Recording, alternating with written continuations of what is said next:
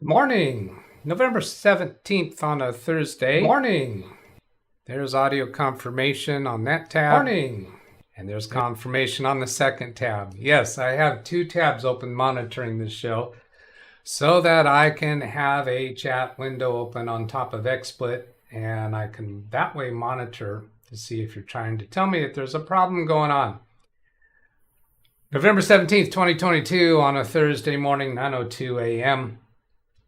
I haven't seen any questions asked in chat or in YouTube comments or by email. So I have a topic lined up that'll become the title of this video. Right now, this live stream is titled Windows Daily number 98.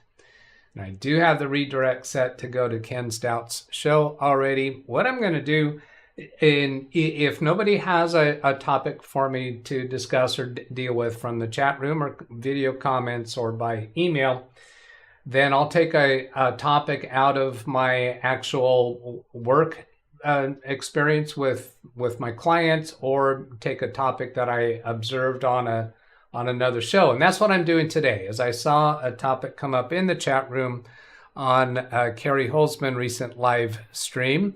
And Carrie did a great job of responding to this topic. I'm just going to go into some other information and show some screens and discuss this issue a little bit further.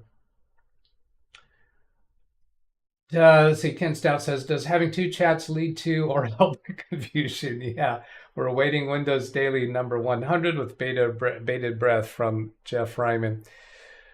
I'm going to come over here to this video, a live stream that Carrie Holzman had, and why is that not showing up on screen? Why is that all black? Okay, so Ken, here's the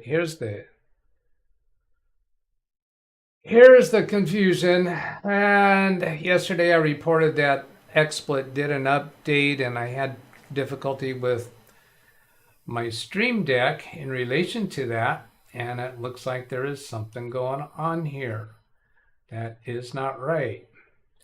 What is it? What is it? What is it? Why is that even showing me this? I have a black screen with my picture-in-picture. That's all I've got. Does it go, will it, any of my other monitor screens, when I select them, they're not coming up. So there it says desktop not available. Let's see if I can go choose the source here. There it is. All right, so I got some repairs to go do, but that's not going to be this live stream. The question that was asked by Mark Gaines in the video that live stream that Carrie had yesterday, he says, Carrie, my Dell Inspiron 3593 keeps saying BIOS update failed. Would a faulty battery cause this issue? Now, what battery are we referring to? The service battery that the computer can run from, or is it the CMOS battery? Well, let's answer the question both ways. And that's the way that I intend to deal with questions. If the questioner hasn't given me enough detail, well, let's just take the question both ways. So the CMOS battery, the purpose of the CMOS battery is to keep the BIOS chip powered when your computer is disconnected from power. So in the case of the laptop, you'd be disconnected from the wall and battery removed, or the service battery drained, so that the CMOS battery is the only thing providing power for the BIOS chip to keep its settings. If that battery was weak, would that prevent a BIOS update from installing? I'm quite sure that no, it would not keep it from installing. However, what about the service battery? Well, a weak service battery is not likely going to keep a BIOS update from installing, but closely related, if the update was trying to install while you did not have the computer connected to wall power, that might prevent the BIOS update from installing, because the instructions typically tell us you must have your computer plugged into the wall, into AC power, in order to do a BIOS update. Will the BIOS update actually fail to install if you're not connected to wall power? That's possible. I don't know that. I haven't tested for that, but it certainly is possible. So when a BIOS update is trying to install from Windows Update, it might not be giving you any information about why the update failed. But if you try running the BIOS update manually from a downloaded file, it might tell you, it might give you a warning that you have to have the computer plugged into the wall outlet, otherwise it will fail. So that's where a battery might, it's not really the battery that's preventing it, but it's that you don't have it plugged into power. We're going to talk about some other possible scenarios about what might have been causing that problem. But let's go take a look at, let's see if the button works this time. Yeah, bringing that up. So I'm going to press the Windows button and then type update space settings to get into update settings. And I want to show where you would see that the BIOS update failed. If you go into view update history, you would expect to see the failure in here that the BIOS update failed to install. Now, Mark may have been getting that message when the update was actually trying to install that it failed. That might be where he saw the problem, or it might be in here. It's possible on a Dell computer or an HP computer, I have seen it where you only get the BIOS update in optional updates and it doesn't automatically try to install. That would be on an older Dell or HP computer. The newer ones, they pretty much happen within Windows automatic updates by my observation. So it's a good thing to come and check your optional updates. If you have a BIOS update failing to install for Dell or HP or another major manufacturer, come in and install any optional updates that are sitting there waiting to be installed. That could be what's preventing your BIOS update from installing.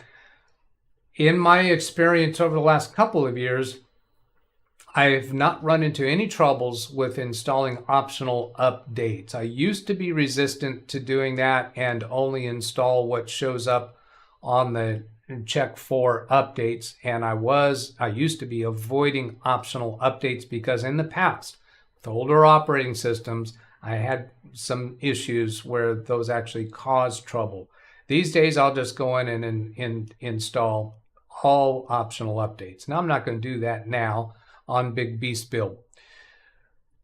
So that's a place to turn to. Now, let's go look at the next step that I would go to for dealing with a BIOS update that's not installing. I'm going to go to hp.com because I have a serial number for an HP computer available and ready to use. So this is a very similar process for Dell or HP. So I come onto support and then software and drivers. Choose laptop because the serial number that I'm going to be using here is from a laptop computer. I've recently done a copy of the serial number into the clipboard. So I'm just pressing Control V to paste that serial number here and then click Submit.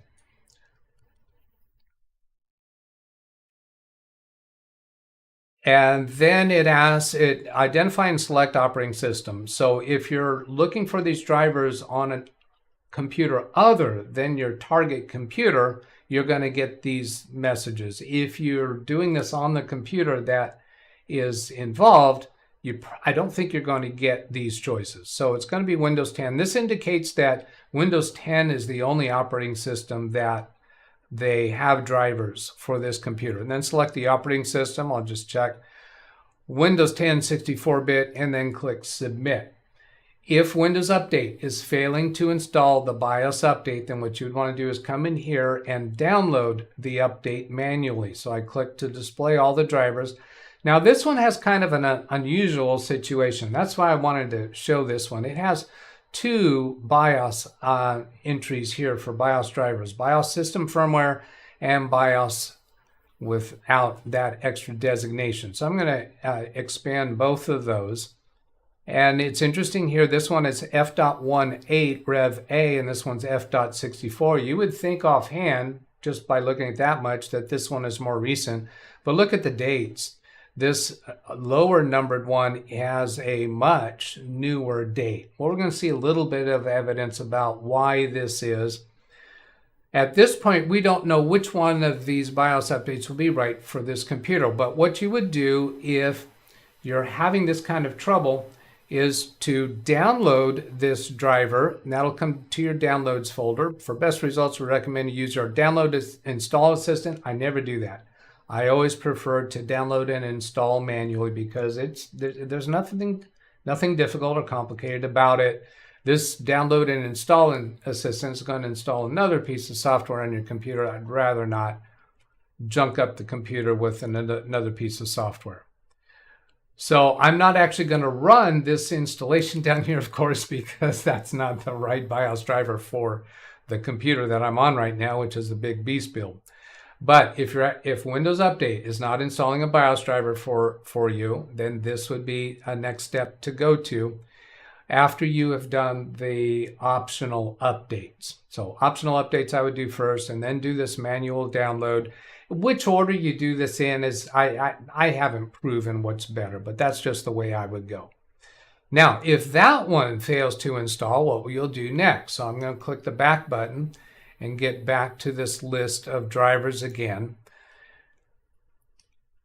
Now I'll have to go through submitting that again and expanding the all drivers. So what would you do next? There's only one showing here, but if I expand this, come down here, we can see previous versions.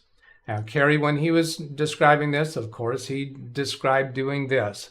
Go to a previous version.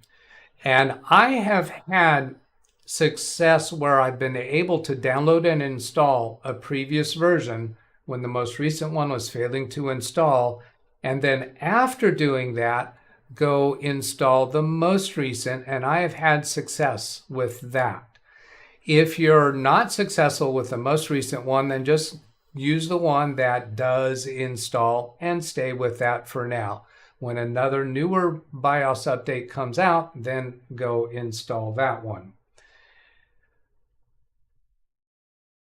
Another piece to look at is when you're going for the most recent one is go look at full details. When you get into full details, you're going to get installation instructions. So go read the installation instructions. That might give you an additional clue of what's going on. Download the file by clicking download or obtain software button, saving the file to a folder on your hard drive, make note of the folder location, double click the downloaded file, follow on screen instructions. Another idea that's on my mind when a BIOS update is failing to install, that I have not come across this situation myself, but it seems to me that it's a possibility. Let's suppose you have made a change or a customization in your BIOS that is not supported by the newer version of the BIOS. Or maybe it is supported, but with a little different twist. Maybe there's different menu options, different selections of that particular choice that you made.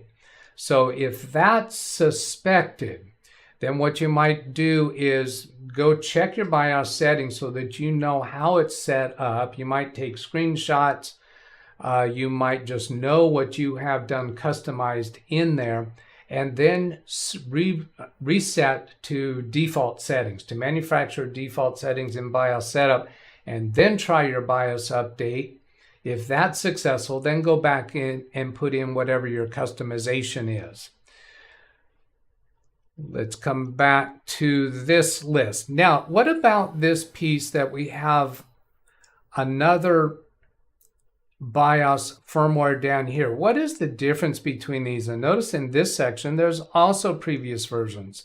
There's a list of previous versions here going from May 2020 all the way through May 2022 in this list of BIOS updates that are F.1 something.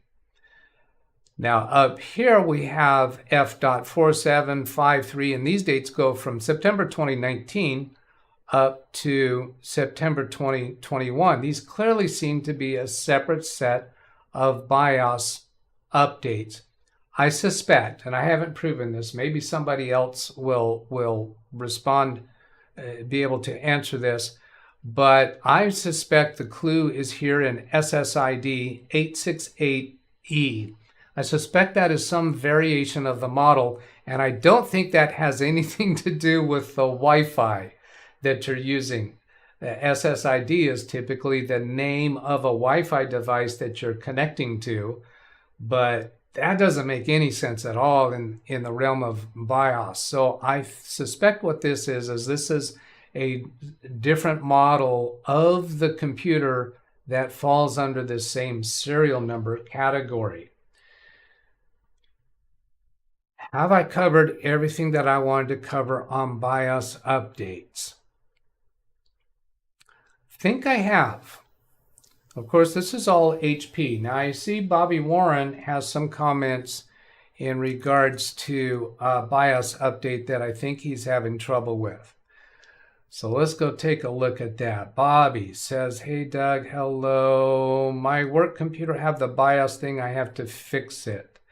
And it's a Dell. So that's the only thing he said here, the BIOS thing. So I suppose that means he needs to do an update. And it's going to be very similar, except, of course, with the Dell computer, it's a service tag number, they call it, rather than a serial number. With the same idea, you can go into the drivers for that Dell and manually download the drivers if Windows Update is not installing the BIOS update for you. Modern computers within the last, I don't know how many years ago, they started doing the BIOS updates from within Windows Update. Of course, that's the ideal place to do it. You might need to go check your optional updates to see if the choice is there. I find that on older computers. So he's not bringing up a particular problem here with his BIOS. So I think I'll go ahead and shut this video down unless there's other specific questions here. Bobby says I will check with my tech person. So I guess Bobby doesn't do that himself. I think I've covered everything there. So I'm going to go ahead and shut this down. You'll get a forwarding to Ken Stout's show. I don't recollect whether it's live or a premiere. If it's a premiere, then it'll start at 30 minutes after the hour typically. There's my email address if you'd like to ask a question. The tomorrow's session will be up and ready. You can put in a question in the chat room in probably about 30 minutes from now. Anytime between then and tomorrow's session, I can respond to a question in there, or you can use comments on the video, or you can send me an email at that address there. Again, I want to try to keep these Windows Daily episodes on one topic, that I can use that for the name of the video. I'll rename the video shortly after we end the live stream here. So that's it. I hope that was useful. Have a great day. Catch you later. Goodbye.